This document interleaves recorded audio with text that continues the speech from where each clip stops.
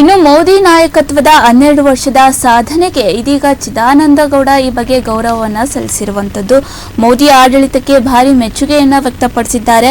12 ವರ್ಷ ಹಲವು ಐತಿಹಾಸಿಕ ಸಾಧನೆಗಳನ್ನ ಮಾಡಿದ್ದಾರೆ ಅಂತ ಚಿದಾನಂದಗೌಡ ಮಧುಗಿರಿಯಲ್ಲಿ ಈ ವಿಚಾರಕ್ಕೆ ಸಂಬಂಧಪಟ್ಟಂತೆ ಗೌರವವನ್ನ ಮಾಡಿರುವಂತದ್ದು. 12 ವರ್ಷದ ಆಡಳಿತ ಮಾಡಿದ ಪ್ರಧಾನಿ ನರೇಂದ್ರ ಮೋದಿ ಅವರ ಮಾಡಿರುವಂತಹ ಸಾಧನೆ ಬಗ್ಗೆ ಈ ಕುರಿತು ಮಾತನಾಡಿದಂತಹ ಎಂಎಲ್ಸಿ ಚಿದಾನಂದಗೌಡ, ಭಾರತೀಯ ಜನತಾ ಪಾರ್ಟಿ ಮಧುಗಿರಿ ಸಂಘಟನಾತ್ಮಕ ಜಿಲ್ಲೆಯ ವತಿಯಿಂದ ದೇಶದ ಪ್ರಧಾನಮಂತ್ರಿ ನರೇಂದ್ರ ಮೋದಿ ಅವರು 12 ವರ್ಷದ ಸಮರ್ಥ ನಾಯಕತ್ವ ಹಾಗೂ ಆಡಳಿತಕ್ಕೆ ಅಭಿನಂದನೆಯನ್ನ ಈ ಸಂದರ್ಭದಲ್ಲಿ ಸಲ್ಲಿಸಲಾಗಿದೆ.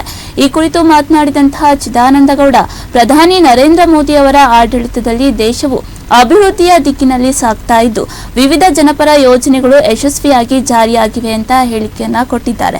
ಹಾಗೆ ಕೇಂದ್ರ ಸರ್ಕಾರದ ಹಲವು ಯೋಜನೆಗಳು ಹಾಗೆ ಗ್ರಾಮೀಣ ಹಾಗೂ ನಗರ ಪ್ರದೇಶಗಳ ಜನರಿಗೆ ಅನುಕೂಲವಾಗ್ತಾ ಇದೆ.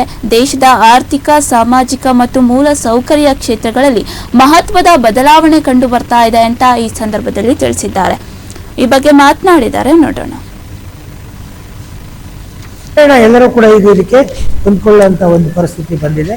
ಸೊ ಹೆಣ್ಣು ಮಕ್ಕಳಿಗೆ ಆರೋಗ್ಯದ ದೃಷ್ಟಿಯಿಂದ ಇದೊಂದು ಮಹತ್ತರವಾದಂತ ಯೋಜನೆ ಆಗಿದೆ. ಇದರ ಜೊತೆಯಲ್ಲಿ ಈ ಬ್ಯಾಂಕ್ ಖಾತೆ ಇಲ್ದಿರ್ತಕ್ಕಂಥ ಅನೇಕ ಜನ ಇದ್ರು ನಮ್ಮಲ್ಲಿ.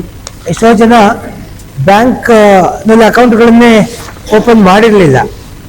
ಸೊ ಹಾಗಾಗಿ ಇಲ್ಲಿ ಜನ್ಧನ್ ಯೋಜನೆ ಮುಖಾಂತರ 58 ಕೋಟಿಗೂ ಹೆಚ್ಚು ಬ್ಯಾಂಕ್ ಖಾತೆಗಳನ್ನ ತೆರೆದಿದ್ದಾರೆ. ಇದರಲ್ಲಿ 32 ಕೋಟಿಗೂ ಹೆಚ್ಚು ಖಾತೆಗಳನ್ನ ನಮ್ಮ ಹೆಣ್ಣು ಮಕ್ಕಳು ಮಾಡಿಸ್ತಿದ್ದಾರೆ.